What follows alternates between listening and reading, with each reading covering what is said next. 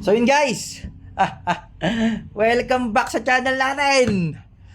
So, gawa tayo ng content guys. So meron kasi nag-comment dun sa isang video natin, no, regarding dun sa BK, kung bakit overpower yung BK sa 1v1. So may nag-comment, no.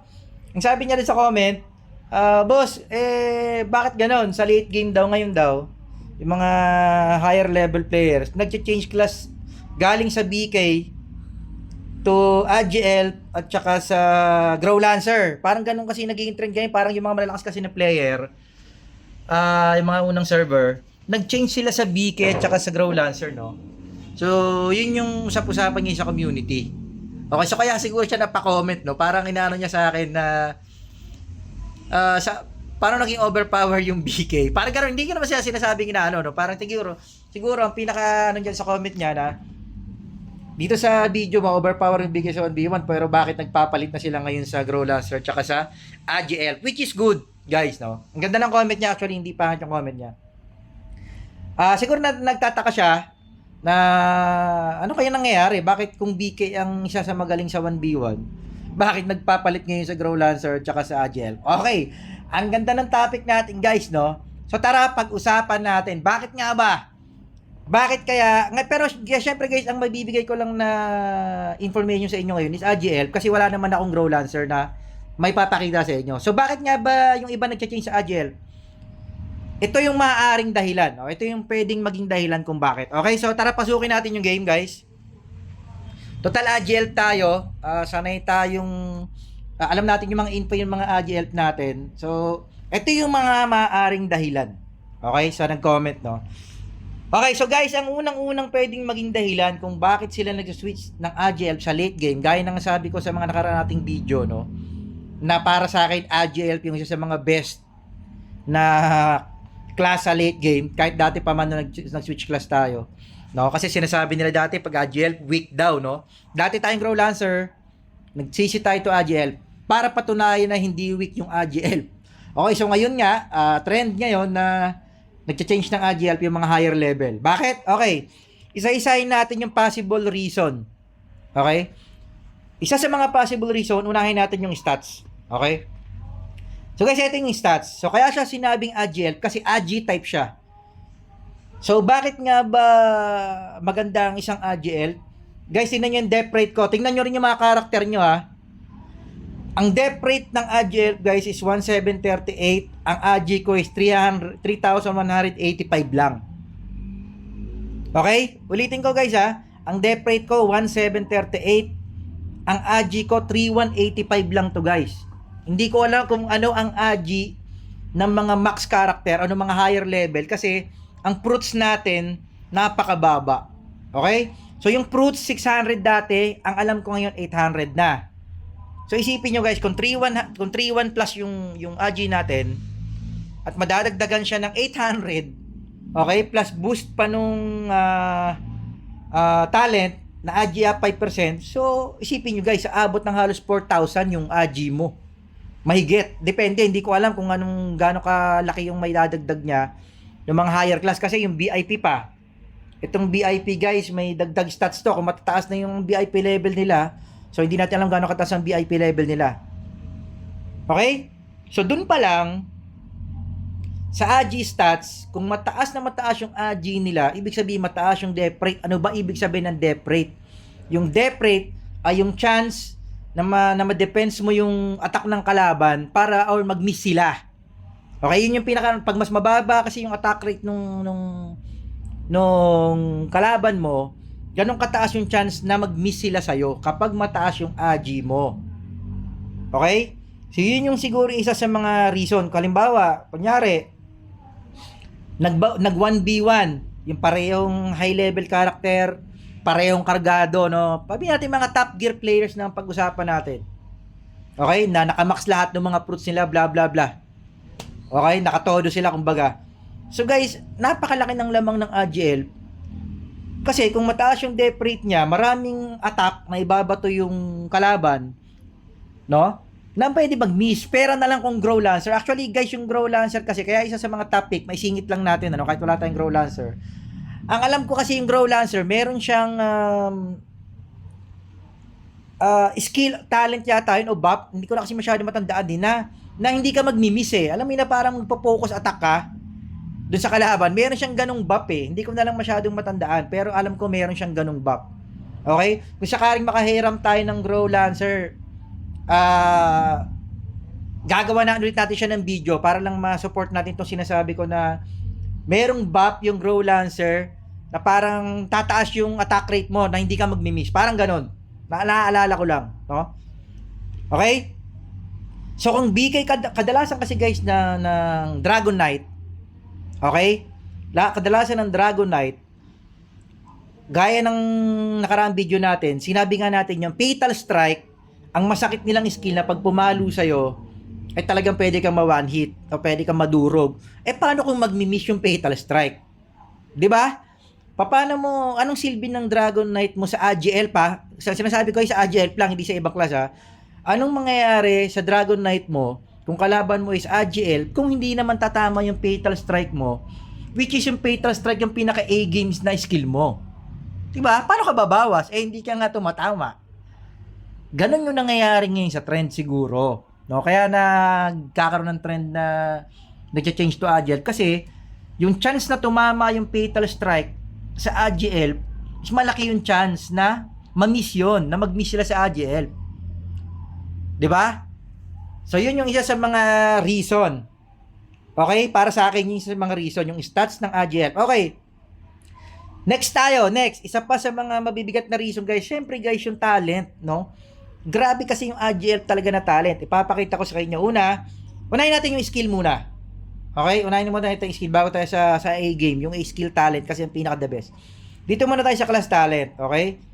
Poison Arrow. Level 3 pa lang to guys. Paano pa pag level 5? Okay? So, syempre yung mga high-end players o yung mga top gear players, malamang sa malamang, max na talent ng mga yun eh. Sigurado. Lalo na yung mga level 800 plus, 900 plus. Okay? So, ano nga ba yung Poison Arrow? I-clear lang uli natin. Poison Arrow, shoots an arrow to the target dealing 180%. Guys, level 3 lang to ha. Hindi ko alam yung level 5. So, baka 200 yung level 5.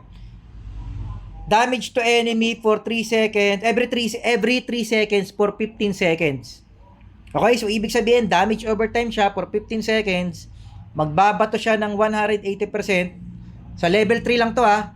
Kung level 5 ay 200%. Kung 200% ang ibabato niya, 5 beses, sa 15 seconds, ignoring depth. Okay guys ha? Malinaw to, ignoring defense. Kung kahit gaano kakapal yung depth nyo. Kapag tinira kayo ng poison arrow, pasok lahat yun. Okay? Sa 15 seconds, no? Titirahin niya kayo ng poison arrow.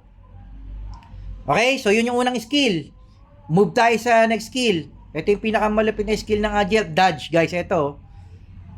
Dodge, all attack. Ibig sabihin ng all attack lahat. Skill, normal attack, ay kung ano mang klaseng attack na meron niyang karakter nyo, no? Karakter ng kalaban nyo, idadodge niya lahat yung guys for 3 seconds. Okay? So, pag nakamax siguro tong dodge ng level 5, baka umabot ng 1 minuto na lang ang cooldown nito. So, guys, isipin nyo, napakalaking bagay ng dodge, no? Tapos, ganun kabilis yung cooldown. So, sakaling 1 minuto na lang, halimbawa, nasa 3v3 kayo. Okay, unang clash, dadodge ka, so lahat ng skill ng kalaban mo, hindi siya itatama, sakaling mapatay mo siya, okay, mabubuhay siya ng ilang seconds, baba 15 to 20 seconds or 30 seconds pag late na. Ikaw, habang nag-aantay, magko-cooldown yung dodge mo, mag-aantay ka lang ulit ng another 30 seconds siguro, cooldown na uli yung dodge mo, handa ka na namang makipagbakbakan dun sa kalaban mo, which is pagbato niya na naman sa ng skill, hindi na naman tatama yung skill niya. Guys, ganun kagrabe itong dodge. Isipin mo, 3 seconds hindi ka tatama. Normally, kapag nagka-clash yung dalawang karakter sa 1v1, okay, madalas kasi naka-auto yung mga skill eh. So, lahat ng ibabato mong skill for 3 seconds, guys, hindi tatama dun sa kalaban mo. Hindi tatama sa AGL. Pero na lang, kung magaling ka, magmamanual ka, hindi mo muna yung mga A-game skill ng karakter mo, hindi mo muna ibabato sa kalaban mo. Okay? Para hindi mo na siya, alam mo yun, antay mo yung mawala yung dodge bago mo ibato yung skill mo, yon, pwedeng isang diskarte sa AGL yun. Pero usually kasi guys, naka-auto attack, kasi niya ang hirap mag-manual na de-delay. Okay? Sana nagigets nyo, no? Yung paliwanag ko. Ganun kagrabe yung dodge. Okay? Third skill, guys, pinag-uusapan natin class talent pa lang, wala pa tayo sa exciting part, skill talent, no, ng Agile. So third skill, focus attack. Okay, attack the target 4 times in a row with a 50% chance to attack 5 times. Okay? So ang damage niya 124 sa level 3 lang to, hindi ko alam kung ano yung level 5. Guys, sipin nyo kung 124 times 4. Okay, di halos 500% ng attack nyo ang tatama doon sa kalaban. Na may chance pang magpanlima na 50%, na madagdagan yung 500%, magiging 600%. May get. Okay, 624%. O, ganun tumatakbo yung skill na to. So, isipin mo yung guys, sa unang class nyo, hindi tatama yung kalaban nyo sa inyo. Kayo, tatama kayo ng ganung kalaking damage sa kalaban. 'Di ba? Doon pa lang, lamang na kayo. Hindi kayo tatamaan ng burst skill nila. Ikaw tatama ka sa kanila ng ganung kasakit. Doon pa lang, guys, lamang na lamang ka na. 'Di ba? Ganun kasakit yung AGL. Ngayon, puntahan natin yung skill talent. Ito talaga yung pinaka the best, okay? Unahin natin yung dodge. Okay? Dodge T1. So, ano mangyayari sa dodge T1? Ito nga yung cooldown niya, bababa ng 7.5%. Kaya nga sinasabi ko, na pwedeng umabot sa 1 minuto or maybe 70 seconds. Hindi ko kasi alam kung ano max ng dodge eh. No? Pag level 5, di pa natin alam. So, ganun katindi, bababa yung cooldown. Yung pangalawa, yung T2, ito masakit. Guys, oh. Level 5. After a successful dodging 10 player attacks, okay, pag nag-miss sila sa'yo ng 10 ulit, magkakaroon ka ng shield na 10% max HP. Isipin nyo yun. Sa late game, itong AGL natin, okay, 565k lang yung HP niya. Sa level natin. At hindi tayo kargado masyado. Hindi kagaya ng mga top tier na player, no? Na super duper yung ano yun, yung mga items. Guys, sabihin na natin ang max na HP ng AGL sa late game is 800. Sabihin na natin 1M na. Para dun sa mga talagang super spender. Oh, kung meron kang 1M na HP, di meron kang 100k na shield na madadagdag kasi 10% ng HP mo eh. Ayan guys, oh. Magkakaroon ka ng shield na 100k. So ibig sabihin, yung ibang skill, ibang damage nung ibabato ng kalaban mo, kahit papaano, malilis. 'Di ba? Kasi meron kang shield na 10%. Okay, so move tayo sa T3. Guys, tingnan nyo naman tong T3. Napakalupit. The shield na meron ka, yung shield na magkakaroon pa ng damage reduction na 10%. Isipin nyo. Guys, meron ka ng shield, meron ka pang damage reduction. Oh. 'Di ba? So, ano magiging logic? Dodge. Unang class nyo, magda-dodge ka. So, hindi sila tatama. 'Di ba? Okay, sabihin natin nag-miss sila ng 10 seconds, magkakaroon ka ng shield. Ngayon, yung kalaban mo, ang ibabato na lang yan, mga normal attack na lang or yung mga ibang skill na mabilis ang cooldown. Natatama pa sa shield mo, natatama pa yung damage reduct. So, 'di ba? Yung unang clash nyo ng 10 seconds, first clash nyo na 10 seconds, napakaraming skill ng kalaban o napakaraming damage burst ng kalaban na mabablock nyo. So, ganun katindi yung skill na dodge na to kapag na-max na. Which is wala pa tayo. Tingnan nyo guys, oh. Wala pa nga tayong T1 ng dodge eh. Oh, so, pag na-max siya ng mga player, na top tier player, ganun siya kakate. Diba? Ganun yung mangyayari dyan sa ano na yan. Okay, so pangalawa, focus attack. Guys, ito yung pangalawang skill. T1 natin, madadagdagan siya ng damage, plus 50%. T2, guys, ito nakalagay level 5, focus attack, has 100% chance. Ha? 100% ibig sabihin, talagang titira siya. 100% chance to fire 1 to 3 more arrows. So, yung 1 arrow, siguradong titira, 1 to 3. So, yun yung chance, no? 1 hanggang 3. Okay? So, ayun, 100% sure na babato siya ng isa pang arrow.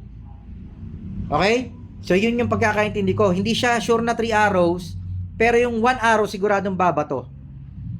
Okay? So, yun yung ibig sabihin, Sure na 5 araw yung titira sa kanya, plus pa yung 50% dun sa class talent niya. So, pwede maging 6 hanggang 9. Tama ba? Or pwede hanggang 10, parang 10 araw ang pwede niyang ibato. Okay? So, yun yung pagkakaintindi ko din sa T2. Okay, T3. Level 5 na natin guys sa T3. Di pa kasi level 5 itong ano natin eh. Ayan o. Being hit by focus attack has a chance to knock back for 2 grids for each arrow fired. Knockback plus 10%. Guys, itong knockback na to sa kadalasan na nakikita ko guys, napakadalas nito. Hindi siya, kahit na mababa yung chance, kasi parang nakakalagay 10% chance lang. Guys, napakadalas nito. Parang kada nagpipikay ako, madalas pumapalo yung knockback. No? Grabe itong knockback na to. Pag bato mo talaga na itong focus, unang clash mo, madalas na knockback niya yung kalaban. So ako na nagsasabi sa inyo, kung mababa man yung chance na yan, nakikita ko na napakadalas niyang nagcha-chance. Okay? So ngayon, low tier pa tayo nito Okay? So move tayo dun sa poison arrow.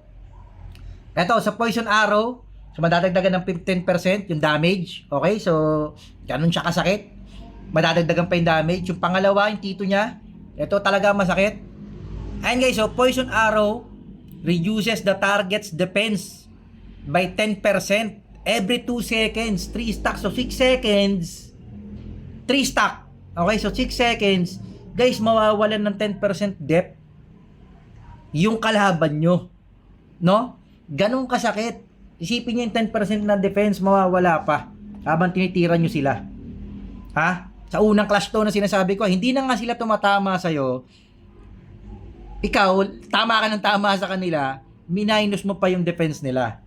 So, ganun kasakit yung poison arrow. T2 pa lang to guys. Ito yung T3. Level 5. While poison arrow is in effect, increases the target's damage taken by 5%. O, diba?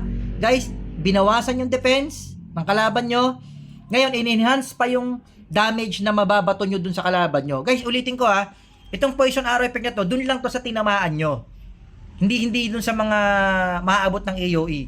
Kung sino yung tinamaan nyo ng poison arrow, dun lang may effect tong negative depth at saka tong plus 5% damage taken. Diba guys, ganun kasakit yung AGL.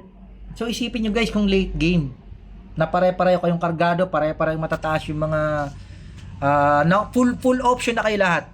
Ganun na lang ang ano natin. So, max level, max gear, max attack, max depth, o kung ano man ang fruits nyo lahat ng mga set, isipin nyo kung pareho kayong ganun. Ganun siya kalamang sa unang clash, sa first 10 seconds na maglalaban kayo or first 15 seconds, ganun kalamang yung AGL sa 1v1. So, yun yung isa sa mga dahilan, siguro, ito yung mga dahilan, ito yung mga dahilan kung bakit may mga top tier player ngayon na nag-change to AGL kasi grabe kapag na-max nyo tong skill talent. Okay? So guys, ang pinag-uusapan natin mga max players na Ito yung ano natin kasi yung AGL kasi tulad niyan, kung hindi mo pa naman max tong dodge, so syempre, malaking kawalan to. Pag hindi mo pa naman max yung dodge. Okay, sa skill talent. Pero pag na-max mo na to, ganyan kaya nga yung mga nag-change class ng AGL guys, yung mga top tier players na kasi max na lahat. Okay?